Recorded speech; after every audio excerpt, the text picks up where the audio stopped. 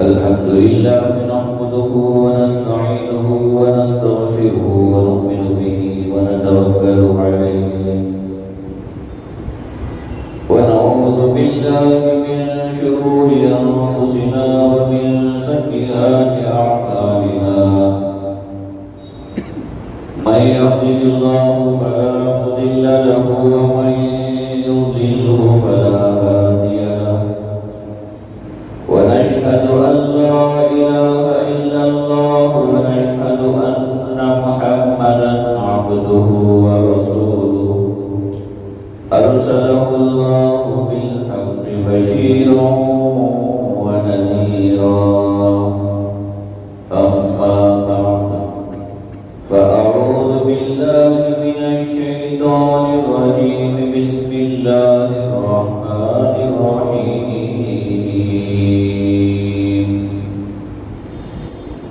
إن الصفا والمروة من شعائر الله فمن حج البيت أو اعتمر فلا جناح عليه أن يطوف بهما ومن تطوع خيرا فإن الله شاكر عليم صدق الله العظيم.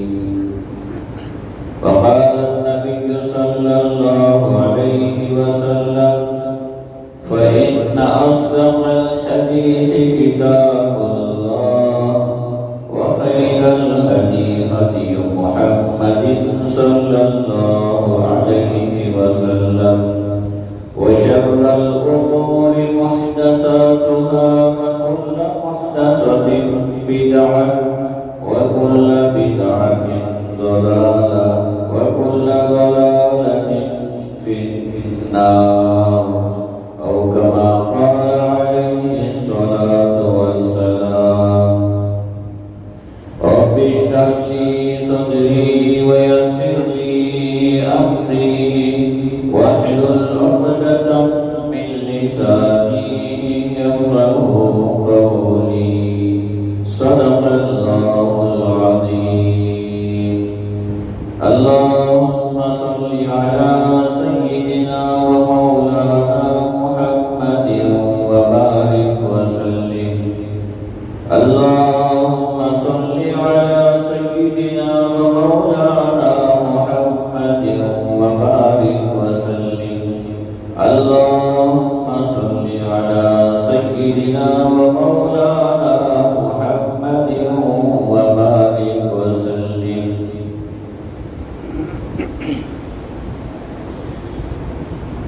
حاضرین کرام، بزرگ و دوستو، عزیز نوجوانان ملت، اللہ تبارک و تعالیٰ نے انسانوں کی بھلائی کے لیے انسانوں کو اللہ تبارک و تعالیٰ کی طرف بلانے کے لیے انبیاء علیہ السلام کے سلسلے کو جاری کیا.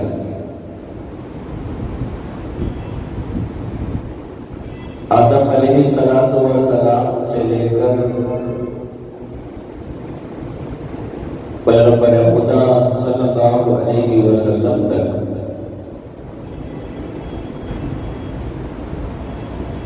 تقریباً 1,24,000 انبیاء علیہ السلام کو اللہ تبارک و تعالیٰ نے دنیا کے اندر مبعوث فرمایا.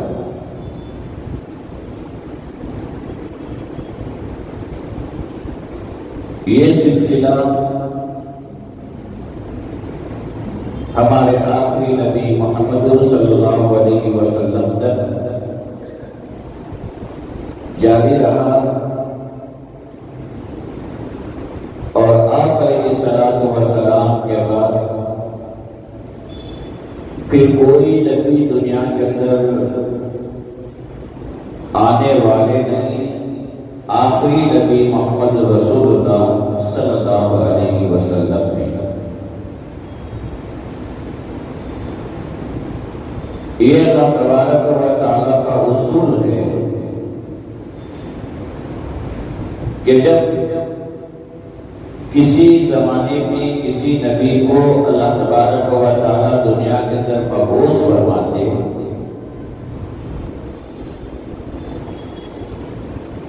اور اس نبی کا دور زمانہ ختم ہونے کے بعد پھر کسی نبی کو اللہ تبارک و تعالیٰ دنیا کے اندر مبعوث فرماتے ہیں تو شریعت پہلے نبی کی الگ رہتی، اسے اللہ تبارک و تعالیٰ منسوخ کر دیتے، یعنی ان کی شریعت کے جو قوانین، جو ضابطے،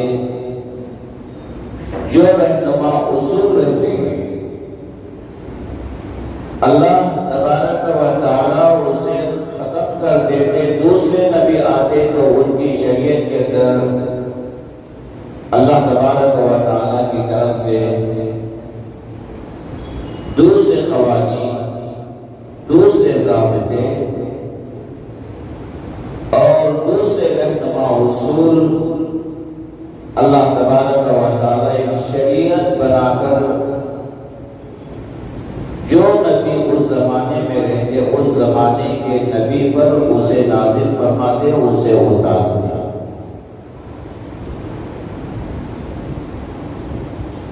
ذی الحجہ کا مہینہ چل رہا ہے اور ذی الحجہ کے مہینے کا پہلا عشرہ چل رہا ہے۔ پوری دنیا سے وہ لوگ جو اللہ تبارک و تعالیٰ نے جنہیں اس کے گھر کی طرف ہدایت دی حج کرنے کے لیے، جو ذمہ داری ان کے سر پر تھی حج کی اسے ادا کرنے کے لیے الحمدللہ جوق در جوق جمع ہوئے ہیں۔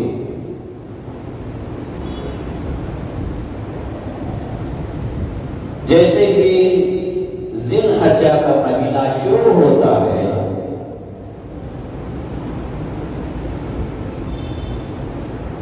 ہر مسلمان کے دل کے اندر حضرت ابراہیم علیہ السلام اور حضرت اسماعیل علیہ السلام اور حضرت حاجرہ علیہ السلام کی یاد تازہ ہوتی ہے، جیسے کہ گزشتہ جمعے میں نے آپ حضرات کے سامنے حضرت ابراہیم علیہ السلام کے تعلق سے اللہ تبارک و تعالیٰ نے کیسے انہیں امتحان کے اندر مبتلا کیا، جسے آزمائش کہتے ہیں، اور ان آزمائشوں کے اندر حضرت ابراہیم علیہ السلام مکمل طور پر کھڑے ثابت ہوتے ہیں، یعنی ایسا نہیں کہ اللہ تبارک و تعالیٰ نے ابراہیم علیہ السلام سے امتحان لینا چاہا تو حضرت ابراہیم علیہ السلام نے امتحان میں ناکام ہو گئے، پیچھے پڑ گئے، بلکہ اللہ تبارک و تعالیٰ خود قرآن مجید کے اندر ارشاد فرماتے ہیں کہ ہم نے ابراہیم کو آزمایا تو ابراہیم علیہ السلام میری آزمائش پر مکمل طور پر کھڑے ہوتے ہیں۔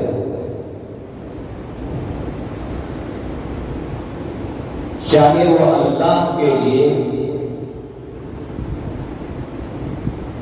اپنے باپ کو چھوڑنے کا معاملہ کیوں نہ ہو، چاہے اللہ کے لیے رشتے داروں سے دوری اختیار کرنے والی بات کیوں نہ ہو، چاہے اللہ کے لیے خوف بدزن ہو جائے، دشمنی پہ اتر جائے، وہ معاملہ کیوں نہ ہو، چاہے اللہ کے لیے نمرود جیسا وہ بادشاہ جو ظالم، جو اپنے آپ کو خدائی کا دعویٰ کرنے والا، اور کوئی نمرود کو خدا نہیں مانتا، اسے سجدہ نہیں کرتا، تو نمرود اسے قتل کر دیتا ہے۔ نمرود سے ٹکر لینے کا معاملہ کیوں نہ ہو، وقت کا ظالم بادشاہ یا اللہ کے لیے آگ میں جب ڈالا جا رہا تھا ابراہیم علیہ السلام کو، آگ میں کودنا، آگ میں گرنا پسند کیا، لیکن ایک لمحے کے لیے بھی نمرود کو اپنا خدا تسلیم نہیں کیا، ایک لمحے کے لیے بھی کسی پتھر کے سامنے اپنے سر کو ٹیکنا پسند نہیں کیا، قبول نہیں کیا۔ ایمان کے خاطر، اللہ کے خاطر، اللہ کا حکم ہوتا ہے ابراہیم علیہ السلام کو، ابراہیم اپنے ننھے سے بچے کو ایسی جگہ جا کر چھوڑو اپنے بیوی کے ساتھ، نہ تو وہاں پر کسی انسان رہتے ہیں، نہ تو وہاں پر پرندے رہتے ہیں، نہ تو وہاں پانی ہے، نہ تو غذا کا کوئی اہتمام ہے، انتظام ہے۔ اور اسی اللہ کے لیے ابراہیم علیہ السلام کو حکم ہوتا ہے کہ ابراہیم اپنے اکلوتے بیٹے کو اپنے ہاتھ سے ذبح کرو، اللہ کے لیے ذبح کرنے کے واسطے تیار ہو جاتے ہیں۔ ذی الحجہ کا مہینہ آتا ہے، یہ ساری چیزیں ہر مسلمان کے دل کے اندر تازہ ہوتی ہیں، یہ قربانیاں حضرت ابراہیم علیہ السلام کے ہر مسلمان کی نظروں کے سامنے آ جاتی ہیں۔ دنیا ہزار کہے، ایسے فلاسفر، ایسے دانشور جن کے عقل پہ پردہ پڑ گیا ہے، دنیا والے انہیں دانشور کہیں، دنیا والے انہیں فلاسفر کہیں۔ ہر زمانے کے اندر ایسے لوگ تھے، وہ کہتے ہیں کہ ارے قربانی کیوں کرتے ہو، اتنے سارے قربانی کے جانور تم ذبح کرتے ہو، کروڑوں کے پیسے جمع ہوتے ہیں، اس میں ایک ہاسپٹل تیار کر دو، میڈیکل کالج بنا دو، غریبوں کی شادیاں کر دو، اور کتنے یتیم اور بیوائے، غریب عورتیں اور اس کے علاوہ مرد جو غریب قسم کے دنیا کے اندر بیکار ہیں، ان کے لیے کچھ کاروبار کا انتظام کر دو۔ یہ چیز عقل کہتی ہے، لیکن عشق وہ نہیں کہتا، عقل کی پہنچ وہاں تک نہیں، عشق کی پہنچ جہاں تک ہے۔ ابراہیم علیہ السلام کے دل کے اندر اللہ کی محبت تھی، اللہ تبارک و تعالیٰ سے عشق تھا، اور اس زمانے کے فلاسفہ یا جنہیں دانشور کہا جاتا ہے، دنیا دانشور کہتے ہیں، لیکن دین جنہیں دانشور نہیں کہتا، جنہیں دکھڑ جاہل کہتا ہے، بیوقوف کہتا ہے۔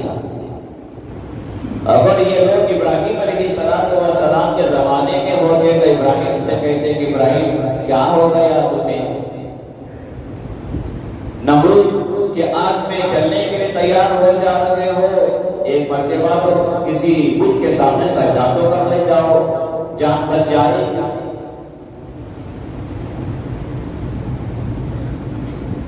یا اسماعیل علیہ السلام کو اور ان کی ابراہیم اور اپنی بیوی کو جو غیر عزیز یعنی ایسی جگہ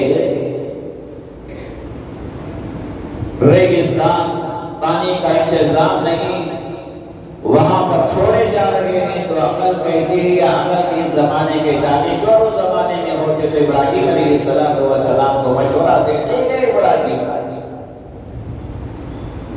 ایک تو کیا کر رہے ہو، بڑھاپے میں تمہیں بچہ ملا، اولاد ہوئی، یہ کاہے کو لوگ جا کر جنگل میں اپنے بچے کو اور اپنی بیوی کو چھوڑ کر آ رہے ہو؟ عقل کہتی یا اس زمانے کے دانشور کہتے ہیں، فلاسفہ کہتے ہیں جن کے عقل پہ پردہ پڑ چکا ہے، لیکن عقل یہ کہتی لیکن محبت اللہ کی، محبت اللہ کی اور عشق اللہ کا یہ کہتا اللہ کے حکم پر عمل کرنا یہ کامیابی کی علامت ہے، یہ عشق کی انتہا ہے، اللہ کی بات کو مان کر چلنا۔ جیسے کہ گزشتہ جمعے بعد جہاں پر میری رکی تھی،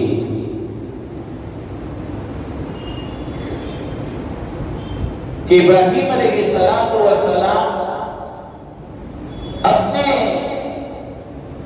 دودھ پیتے بچے کو اپنی بیوی کے ساتھ تو چھوڑ دیا، اور بیوی نے کہا کہ اللہ کا حکم ہے ابراہیم یہاں پر ہمیں چھوڑے جا رہے ہو، اپنے سر کو ہلایا، بس اللہ ہمارا حافظ ہے۔ ابراہیم علیہ السلام تو جدا ہو گئے۔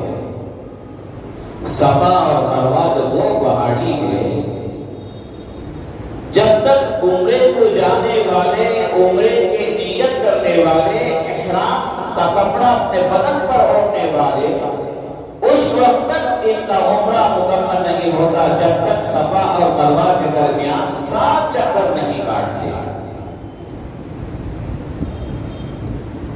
یہ کیا ہے صفا اور مروہ؟ یہ حضرت اسماعیل علیہ السلام اور حضرت حاجرہ علیہ السلام کی محبت اور جو تڑپ تھی حضرت اسماعیل کی اور حضرت حاجرہ کی، وہاں پر ایک نشانی جسے اللہ تبارک و تعالیٰ نے قرآن مجید کے ارشاد فرمایا سورہ بقرہ کے اندر، ان الصفا والمروہ من شعائر اللہ فمن حج البیت او اعتمر فلا جناح علیہ ان یطوف بہما ومن تطوع خیرا فإن اللہ شاکر علیم۔ ان الصفا والمروہ من شعائر اللہ، یہ صفا پہاڑی اور یہ مروہ پہاڑی اللہ کے نشانیوں میں سے ایک نشانی ہے، اللہ کی کئی نشانیاں، اللہ کے نشانیوں میں سے نشانی یہ صفا اور مروہ۔ حضرت حاجرہ ابراہیم علیہ السلام تو چلے گئے، ادھر ایک پہاڑی جو عمرے کو گئے، وہ احباب جانتے ہیں ابھی تو نشانی وہاں پر ایک چھوٹا سا ٹیلا ہے، بس درمیان میں 2 پہاڑوں کے بیچ میں اپنے بچے کو سلا دیتے ہیں۔ پانی ختم ہو گیا، جو ابراہیم علیہ السلام دے کر گئے، کھجور کو دے کر گئے کہ کھجور بھی ختم ہو گیا، معصوم بچہ بلک رہا ہے پانی کے لیے، یہاں تک کہ کھجور بھی ختم، پانی بھی ختم۔ حاجرہ تڑپ اٹھتی ہے، ماں ہے نا، تڑپ اٹھتی ہے، لیکن یقین اللہ کے ذات پر حضرت حاجرہ کا تھا، اللہ کا حکم ہوا تو ابراہیم علیہ السلام نے مجھے اور یہ بچے کو یہاں پر چھوڑ کر چلا گئے۔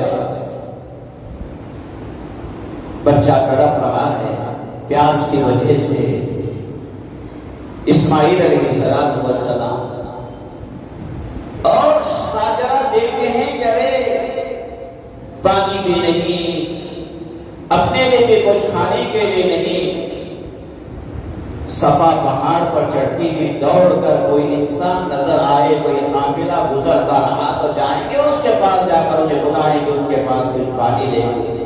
صفا پہاڑی پر دوڑ کر چڑھتی ہے، صفا پہاڑی پر چڑھی، اچانک خیال آتا ہے کہ ارے بچہ کیا ہو گیا ہوگا، تڑپ رہا تھا میرا بچہ، میرا اللہ۔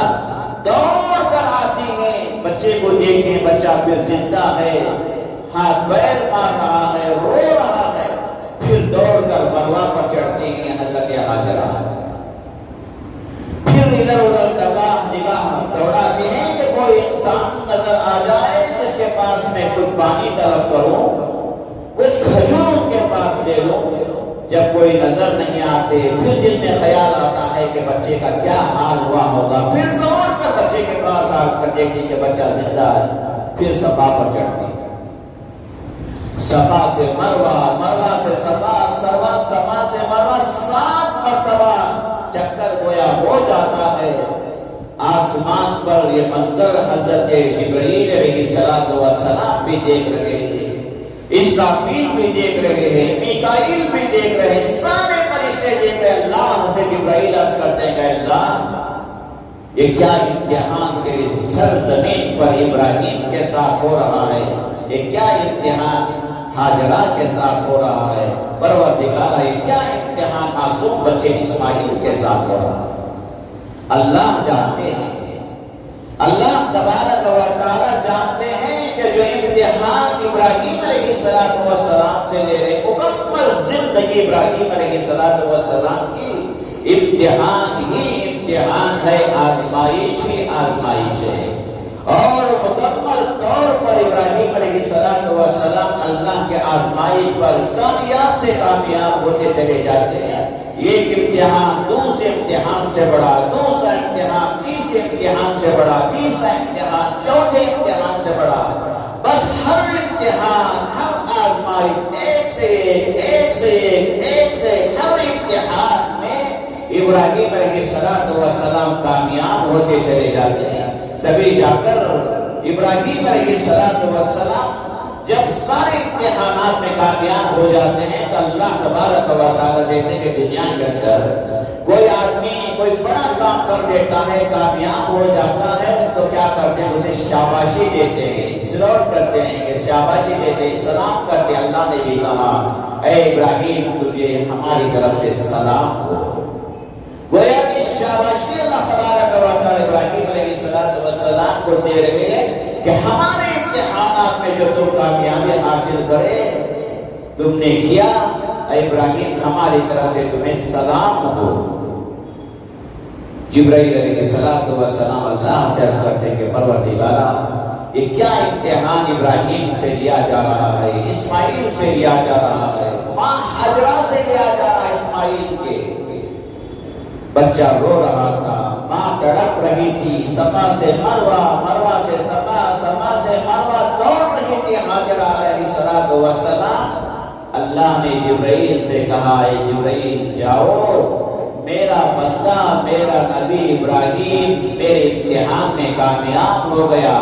یہ اسماعیل معصوم سا بچہ جہاں پیر مار رہا ہے، ایڑیاں مار رہا ہے، اس کے ایڑیوں سے زمزم کے پانی کو جاری کر دو، زمزم کے پانی کو جاری کر دو۔ آج زمزم کا پانی جسے شفا کہا جاتا ہے، جس زمزم کو جس کے تعلق سے پیغمبر خدا صلی اللہ علیہ وسلم ارشاد فرماتے ہیں کہ زمزم کا پانی پی کر یا پینے سے پہلے جو انسان سچے دل سے دعا مانگتا ہے تو اللہ تبارک و تعالی زمزم کے پانی کے برکت سے اسے وہ اس کی دعا کو قبول کر لیتے ہیں۔ اتنا ہی نہیں، زمزم کا پانی حاجرہ علیہ السلام دیکھنے کنڈا پاک کے پانی نکلنا شروع ہوا، پانی نکلنا شروع ہوا۔ حضرت حاجرہ کی زبان سے نکلتا ہے کہ زمزم، کیا مطلب زمزم کا؟ رک جا، رک جا۔ اگر پیغمبر خدا صلی اللہ علیہ وسلم فرماتے ہیں کہ حاجرہ اگر اپنی زبان سے زمزم رک جا نہیں کہتی تو زمزم کا پانی پوری دنیا کے اندر پھیل جاتا ہے۔ آج حاجی لوگ حج کرنے کے لیے جاتے ہیں یا عمرہ کرنے کے لیے لوگ جاتے ہیں، اس وقت تک انہیں تسلی نہیں رہتی جب تک کہ طواف سے فارغ ہوتا یا طواف سے پہلے زمزم کے پانی کو پیتے نہیں، زمزم کے پانی کو استعمال نہیں کر لیتے۔ تو حضرت ابراہیم علیہ السلام کی پوری زندگی قربانی پر گزری، اور یہ قربانی کا لفظ آئے تو بتاؤ، قربانی کا معنی قربان، قرب جسے کہتے ہیں، خرید ہونا، تبارک و تعالیٰ کا تقرب حاصل کرنا، جسے قربانی کہا جاتا ہے۔ اور عام طور پر قربانی ذی الحجہ کا مہینہ آتا ہے تو ابراہیم علیہ السلام کی چوتھی یاد ہمارے دلوں کے اندر تازہ یہ ہوتی ہے کہ اس دن عید کی نماز ادا کرنے کے بعد لوگ اپنے ہاتھ سے گائے کو ذبح کریں گے، بکری کو دمبے کو ذبح کریں گے، اونٹ کو ذبح کریں گے، اللہ کے راستے میں قربانی دیں گے۔ جیسے کہ میں نے شروع میں کہا کہ آج لوگ دنیا والے غیر تو غیر کئی مسلمان بھی اس دماغ رکھتے ہیں، ارے کیا کریں گے، گائے کو اگر ذبح کریں گے تو اس قیمت 40,000 ہوگی، 35,000 روپے ہوگی، چلو کہ ضرورت نہیں، اس قربانی دینے کی ضرورت نہیں، کسی غریب کو دے دیں گے۔ یا کچھ لوگ جو ایسے لوگ جو اس بات کو پسند نہیں کرتے کہ اسلام کے جراثیم جسے کہتے ہیں دنیا کے اندر پھیل جائے، ایمان دنیا کے اندر پھیل جائے،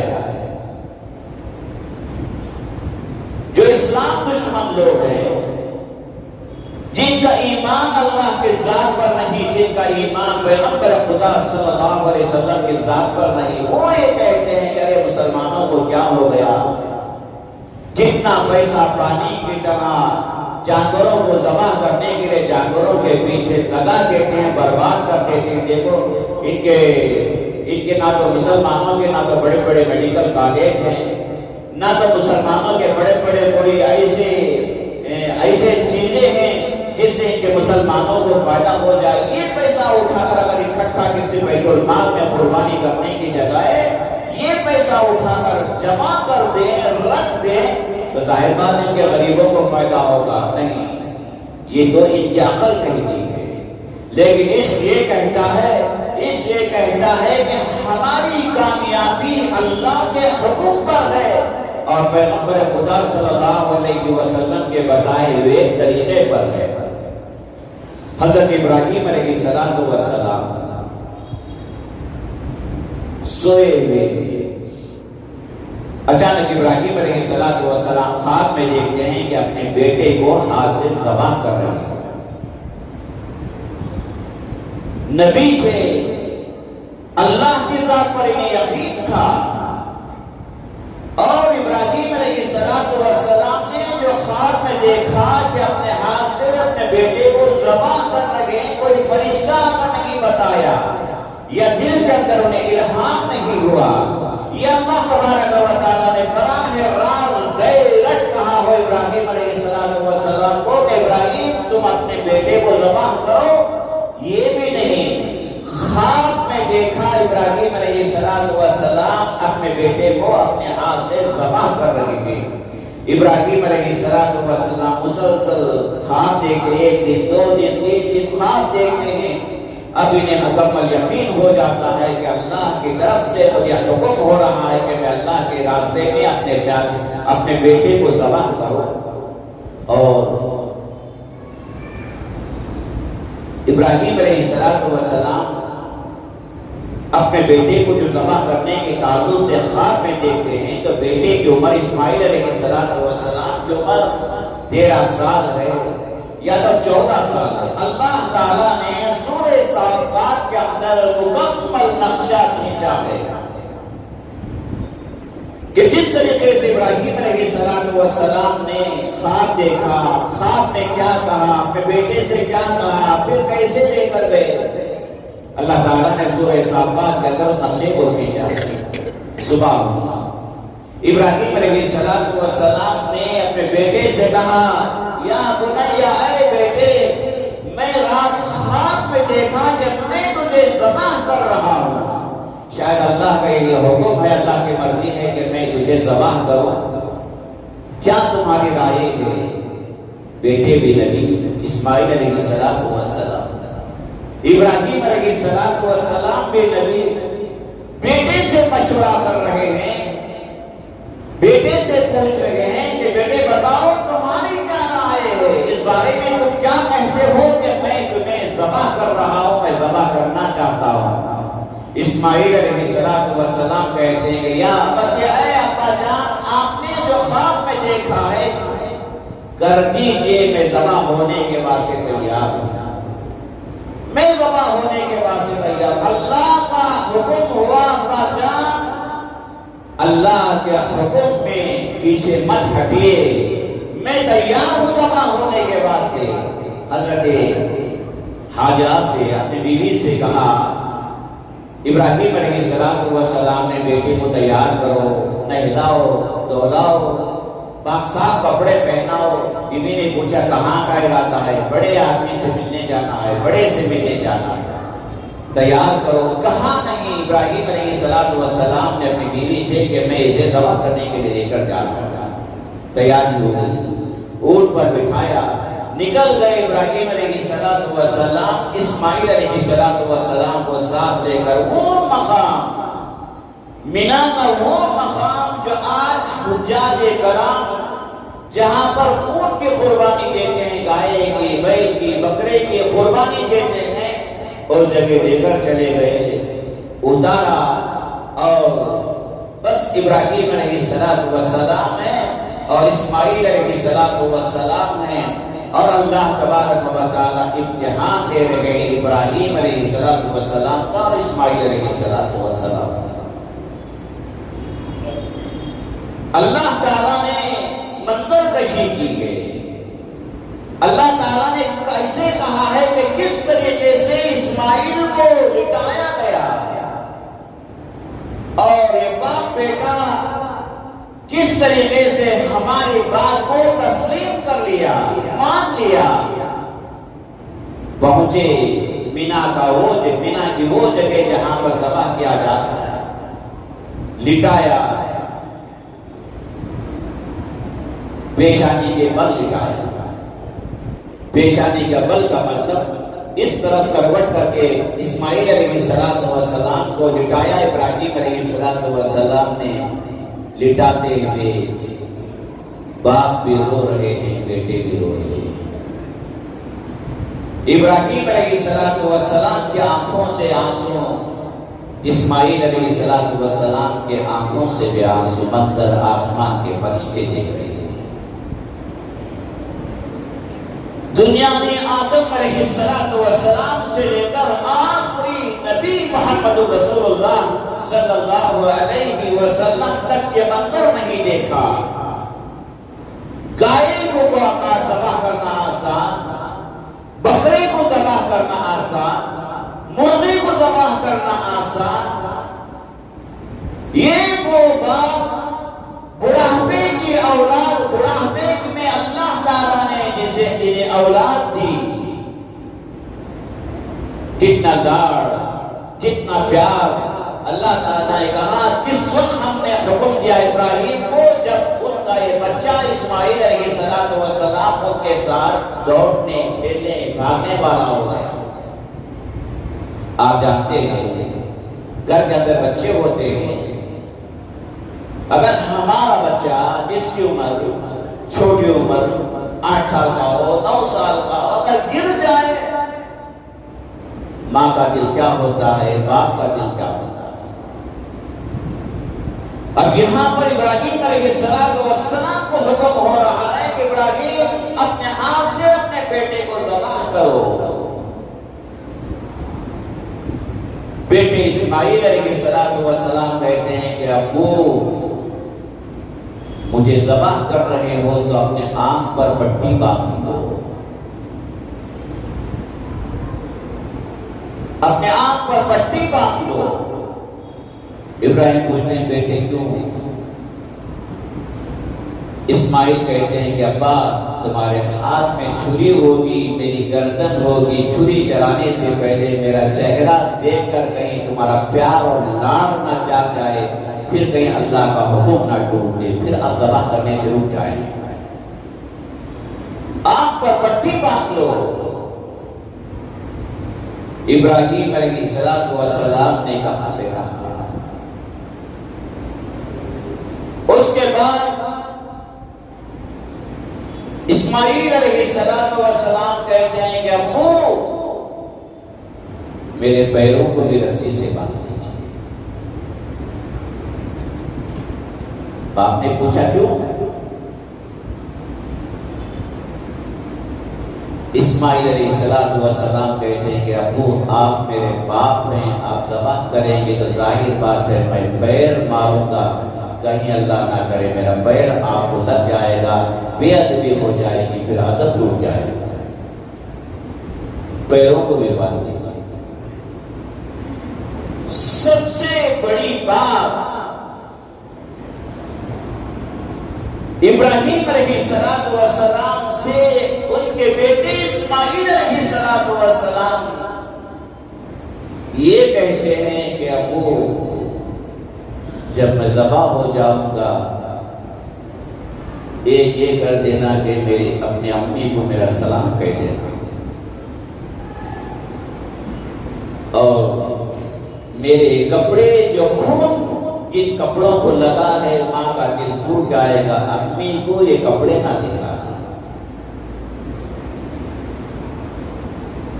ابراہیم علیہ السلام بھی کہتے ہیں کہ ہاں بیٹا ماں کو خبر کر دوں گا، سلام بھی تمہارا سنا دوں گا۔ جس وقت ابراہیم علیہ السلام بچے کو لے کر نکلے ذبح کرنے کے لیے، شیطان حضرت حاجرہ کے پاس جا کر کہتا ہے کہ ارے تمہیں معلوم ہے ابراہیم تمہارے بیٹے اسماعیل کو لے کر کہاں گئے؟ ارے وہ تو ذبح کرنے کے لیے گئے۔ کیوں؟ اللہ کا حکم، کہتے ہیں کہ ابراہیم کہتے ہیں کہ اللہ کا حکم ہے ذبح کرنے کے لیے۔ حاجرہ کہتے کہ تو شیطان ہے، اللہ کا حکم ہوتا ہے تو ایک اسماعیل کیا 1000 اسماعیل بھی اللہ کے راستے میں قربان کرنے کے لیے میں تیار ہوں۔ اسماعیل علیہ السلام کے پاس بھی شیطان آتا ہے، وہاں آ کر ان کو بہکاتا ہے۔ ابراہیم علیہ السلام سے آ کر کہتا ہے، وہاں انہیں بہکاتا ہے۔ وہی جمرات جسے کہتے ہیں، پتھروں کو چنا، کنکریوں کو چنا، ابراہیم علیہ السلام نے مارا اور شیطان کو مارا۔ یہی حاجی لوگ جو حج کو جاتے ہیں، جمرات جنہیں کہا جاتا ہے، شیطان کو کنکر مارنا، ایک شیطان کو کنکر مارے، دوسرے کو مارے، تیسرے کو مارے۔ یہ ابراہیم علیہ السلام کی اللہ کی محبت میں، اللہ کے عشق میں شیطان کو بھگانے کے لیے مارا تھا ابراہیم علیہ السلام نے۔ قیامت کی صبح تک اللہ تعالیٰ نے حاجیوں کے لیے ضروری کر دیا، تمہارا حج اس وقت تک مکمل نہیں ہوتا جب تک کہ تم 3 شیطان کو کنکر نہیں مارو۔ پہنچے ذبح کے وقت، ہاتھ میں چھری ابراہیم علیہ السلام اور اسماعیل علیہ السلام لیٹے ہیں، ہاتھ سے چھری چلا رہے ہیں، چھری چل نہیں پا رہی ہے۔ سمندر اس وقت تک ڈوبا نہیں پاتا جب تک کہ اللہ کا حکم نہیں ہوتا۔ آپ اس وقت تک جلا نہیں پاتی اللہ کا حکم آپ کو نہیں ہوتا، اور چاقو اس وقت تک کاٹ نہیں سکتی، کاٹنے کا حکم اللہ تبارک و تعالیٰ کا نہیں ہوتا۔ اسماعیل کے گردن پر چھری چلا رہے ہیں، گردن نہیں کٹ رہی ہے، نہیں کٹ رہی ہے۔ ابا جان کیا ہوا؟ بیٹا چھری تیری گردن نہیں کاٹ رہی ہے، ابا جان زور لگاؤ۔ ہاں بیٹا زور لگا رہا ہوں، تمہاری گردن نہیں کٹ رہی ہے۔ اے ابا جان اور زور لگاؤ۔ ہاں بیٹا پوری طاقت لگا رہا ہوں، تمہاری گردن کٹ نہیں رہی ہے۔ بیٹا کہتا ہے کہ ابو جان نبوت کا زور لگاؤ، گردن کٹ جائے گی۔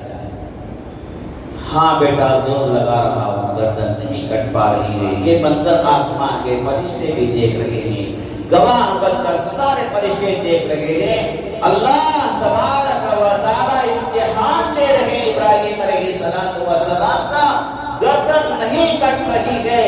ابراہیم کو آیا غصہ، علیہ السلام چھری کو زور سے پھینکا، پتھر چھری کے مان سے پتھر تو پھوٹ گیا، لیکن اسماعیل علیہ السلام کی گردن نہیں کٹی۔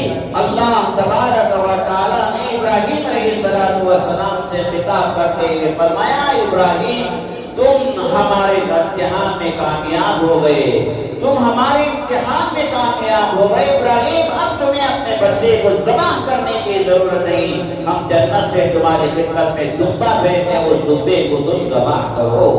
ابراہیم علیہ السلام نے ذبح کیا، دمبے کو ذبح کیا۔ یہ دمبے کو ذبح کرنا، یہ قربانی ابراہیم علیہ السلام کو اللہ کو اتنی پسند آئی، اللہ تبارک و تعالیٰ نے اس آدمی پر جو نصاب کا مالک اس دن ہے، اس دن کی بات اچھا یہ بات یاد رکھ دیجیے، مسئلہ بھی ضرور مسائل بھی ہمیں معلوم ہونا چاہیے۔ میں بتاتا ہوں ایسا بھی خیر ضرورت ہے، غسل کے مسائل چھوٹے چھوٹے مسائل اگر میں کہوں گا تو بات میری غلط بھی ہو سکتی ہے، صحیح بھی ہو سکتی ہے۔ جس پر غسل فرض ہے، ضروری ہے، غسل جس پر کرنا ضروری ہے، غسل کے بغیر قرآن بھی نہیں چھو سکتا، غسل کے بغیر مسجد کے اندر بھی داخل نہیں ہو سکتا، نماز بھی نہیں پڑھ سکتا۔ تقریباً میں سمجھتا ہوں کہ یہاں پر الحمدللہ بیٹھنے والوں کو شاید غسل کا طریقہ ہوگا، ورنہ تو 99% میں کہوں گا غسل کا طریقہ لوگوں کو معلوم ہوگا۔ غیر غسل پر پانی ڈالے، رگڑ لے، صابن رگڑ لے، کانسا رگڑ لے، کون سا قیمتی شیمپو ہے، شیمپو استعمال کرے، سمجھ جاتے ہیں کہ میرا غسل ہوا۔ غسل کا طریقہ تک ہم لوگوں کو معلوم نہیں، چھوٹے چھوٹے چیزیں۔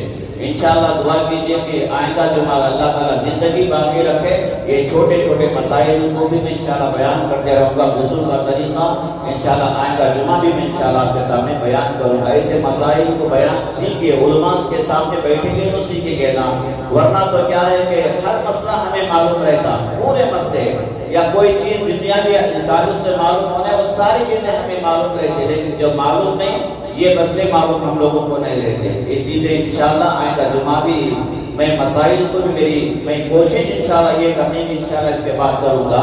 بیان میرا مختصر ہوگا، مسائل ضروری ہماری زندگی کے اندر آنے والے مسائل، اسے قرآن و حدیث کے ذریعے سے آپ کے سامنے انشاءاللہ میں رکھنے کی کوشش کروں گا انشاءاللہ العزیز۔ تو دوست بزرگو، ابراہیم علیہ السلام نے قربانی دی۔ یہ قربانی کس پر واجب ہے؟ دیکھیے غور سے میری بات کو سنیے، مسائل کے تعلق سے قربانی، زکوٰۃ کس پر واجب ہے؟ 52.5 تولہ چاندی، 7.5 تولہ سونا جس کے پر ہے، جس کے پاس ہے، یا اتنا پیسہ اس کے پاس ہے، سمجھے؟ اور زکوٰۃ ہم سمجھتے ہیں کہ صرف رمضان کے مہینے میں دیتے ہیں، کہ ہم سمجھتے ہیں کہ رمضان کے مہینے میں دینا ہے زکوٰۃ، نہیں۔ آج آپ کے پاس اتنا سونا چاندی آ گیا، رمضان چھوڑیے، آج کی بات بتا رہا ہوں، ذی الحجہ آج آ گیا، ذی الحجہ سے وہ ذی الحجہ کے بعد جو 12 مہینے ہو جاتے، سال 12 مہینے کو ہوتا، اس وقت تک آپ کے پاس آ جایا مال، سونا یا چاندی اتنا یا اتنا پیسہ، یا چاندی اتنی ہے، پیسے اتنے زیادہ ہیں کہ دونوں میں ملائیں گے تو اتنی قیمت ہو جائے گی، تو سال گزر جانے کے بعد اتنے پیسے جو اس نصاب کے اس پر زکوٰۃ واجب ہے۔ آئی بات سمجھ میں؟ نہیں آئے تو کوئی بات نہیں، ابھی بھی پوچھ سکتے ہیں آپ، کوئی مسئلہ ایسا ہے جمعہ میں نہیں پوچھنا، ایسا کچھ بھی نہیں اسے۔ لیکن قربانی کب دینے ہے؟ قربانی کب دینا ہے؟ قربانی کا مسئلہ یہ ہے، یہی زکوٰۃ کا جو نصاب ہے، 52.5 تولہ چاندی، 52.5 تولہ چاندی، 7.5 تولہ سونا، سمجھے؟ عید کا دن، عید الاضحیٰ ہے نا، عید کا دن جو آتا ہے، آدھا گھنٹے بھی آدھے گھنٹے سے پہلے بھی آپ کے پاس اتنے پیسے آ گئے، چاندی کے برابر 52.5 تولہ چاندی کے برابر کتنے ہوتے ہیں تو آپ حساب لگا سکتے ہیں۔ 52.5 تولہ چاندی کی رقم کتنی ہوتی ہے، کوئی بولنا چاہے تو بول بھی سکتے ہیں، تو چاہے 80,000 ہو، چاہے 70,000 ہو، چاہے 60,000 جو بھی ہو، اتنے پیسے آدھا گھنٹہ پہلے بھی اس دن آ جائے آپ کے پاس تو آپ پر قربانی واجب ہے، دینا ہے آپ کو قربانی، ایک ذہن میں رکھ لیجیے۔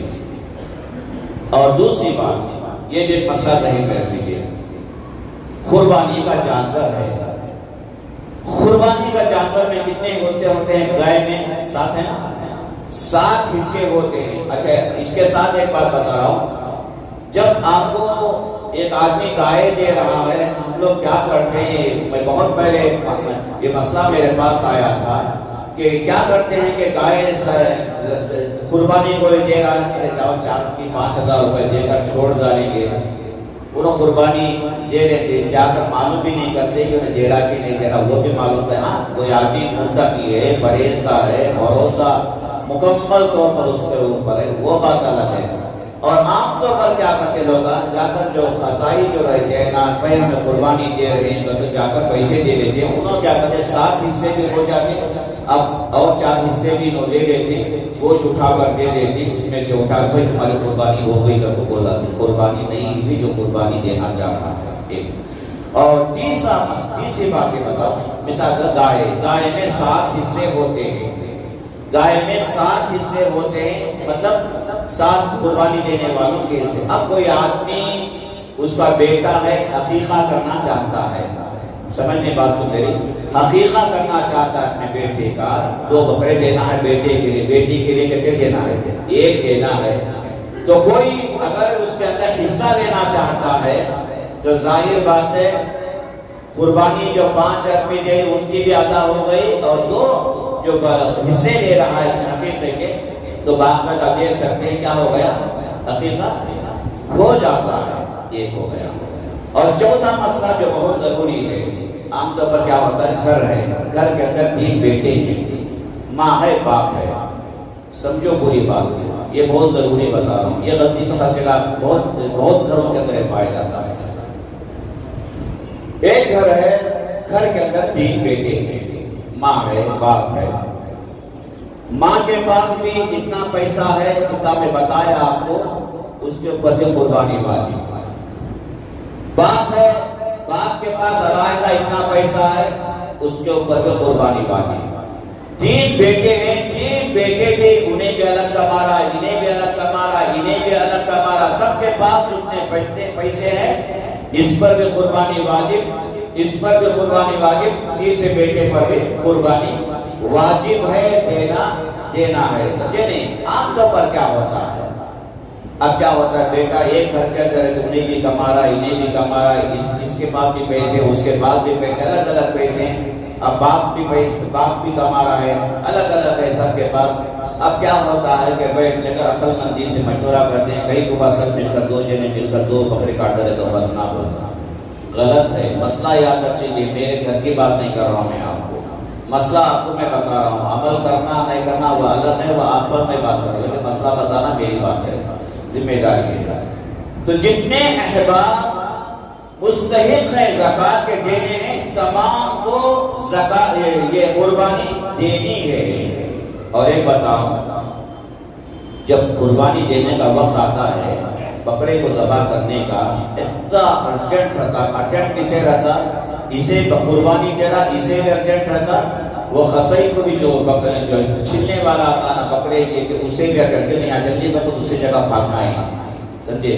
یہاں پر وہ دوسری جلدی بھاگنا، اس کا فون بزی نہیں کرتے، حجی صاحب کا فون بزی رہتا، خصائی صاحب کا، وہاں سے فون کرنا ضروری نہ جانا پڑتا ہے تو بیچارے کو بزی رہتا. اب کیا کرتے ہیں عام طور پر، ذبح کر کے بکرا مکمل ٹھنڈا نہیں ہوتا، چھلنا شروع کر دیتے ہیں. ایسے وقت میں بھی پیغمبر کا حکم ہمارے سامنے ہونا چاہیے. اللہ کے رسول گزر رہے تھے، ایک صحابی بکرے کو ذبح کر رہے تھے اور مکمل اپنے پیر کا گھٹنا بکرے پر دبا دیے تھے، اور ابھی تیز چاقو، تیز نہیں پتھر سے چاقو کو تیز کر رہے تھے. پیغمبر کھڑے ہو کر آنکھوں سے آنسو آ جاتے، اللہ کے رسول سے صحابی سے کہتے ہیں کہ یہ تم کیا کر رہے ہو، جانور کو 2 مرتبہ موت دینا چاہ رہے ہو، مارنا چاہ رہے ہو، ایسا مت کرو، ایسا مت کرو. یہاں تک مسئلہ ہے، فقہاء کرام فقہ کی کتابوں کے اندر لکھتے ہیں کہ ایسی چاقو، مٹ چاقو جسے کہتے ہیں، دبا کو بکرے کے گردن کو رکھی جاتی، اس کی بھی اجازت نہیں، جائز نہیں کہ بکرے کا مٹ چاقو بکرے کے گردن پر آپ پھیرتے چلے جائیں، اس کا بھی آپ خاص خیال رکھیں۔ اور حصہ جو ہوتا ہے 3 حصے ہے نا، 3 حصے بکرا ذبح کیے کہ 4 یہ کرے کہ 3 حصے کرنا ہے۔ اچھا یاد رکھ لیجئے قرآن مجید کی آیت لَن يَنَالَ اللَّهُ لُحُومُهَا وَلَا دِمَاؤُهَا وَلَٰكِن يَنَالُهُ التَّقْوَىٰ مِنكُمْ۔ اللہ تعالیٰ کے پاس نہ تو تمہارا بکرے کا جانور کا گوشت پہنچتا ہے، نہ تو خون پہنچتا ہے، تمہارا تقویٰ پہنچتا ہے۔ سمجھے؟ تو 3 حصے جو دیے جاتے ہیں، آپ چاہے تو پورا بکرا آپ اپنے رکھ لے سکتے ہیں، ضروری نہیں کہ آپ تینوں حصے اسے بانٹو، ضروری کہ آپ چاہے تو رکھ لے سکتے ہیں، لیکن اسلام یہ تلقین کرتا، تربیت کرتا ہے 3 حصے کرو، اپنے رشتہ داروں کو بھی دو، محبت پیدا ہوگی۔ اسلام اسی کی تو دعوت دیتا ہے، محبت پیدا ہوگی۔ غریب غربا جو رہیں گے انہیں بھی گوشت دو، ان کے دل کے اندر بھی ایک پیار پیدا ہوگا، تقسیم کر سکتے ہیں، کرنا ہے۔ اور چمڑا جو